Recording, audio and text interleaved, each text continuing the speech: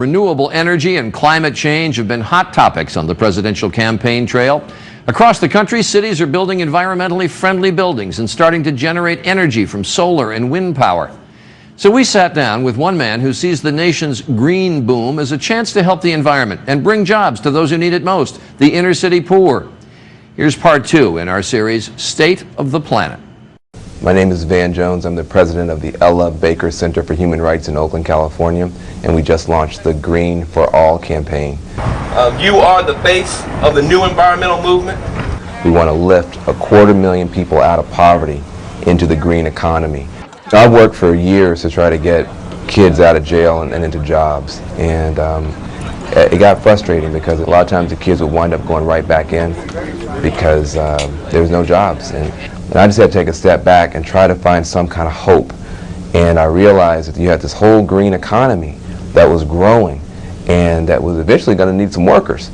And I just had this epiphany in my mind, and I said, you know, these young kids in America need green jobs, not jails. That's what they need.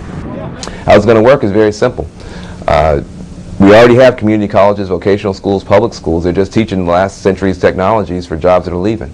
What you've got to do is begin to give our community colleges and our public schools the monetary support they need to get the new expertise, to hire those new teachers, to develop that curriculum, and begin to recruit students to be trained to be a part of the new economy. If you teach a young person how to put up solar panels, that kid is on the way to becoming an electrical engineer. Teach a kid to weatherize a building, double pane the glass so it doesn't leak so much energy. That kid's on the way to becoming a glazer. They can join a union. That's a green pathway out of poverty. It's this environmentalism that is less about the Birkenstocks and the tofu. It's more about a hard hat and a lunch bucket, and we can fix it, rolling up the sleeves, a little dirt under the fingernails, let's fix America kind of environmentalism. And that's the kind of environmentalism that can become a majority movement, and that's where we're headed.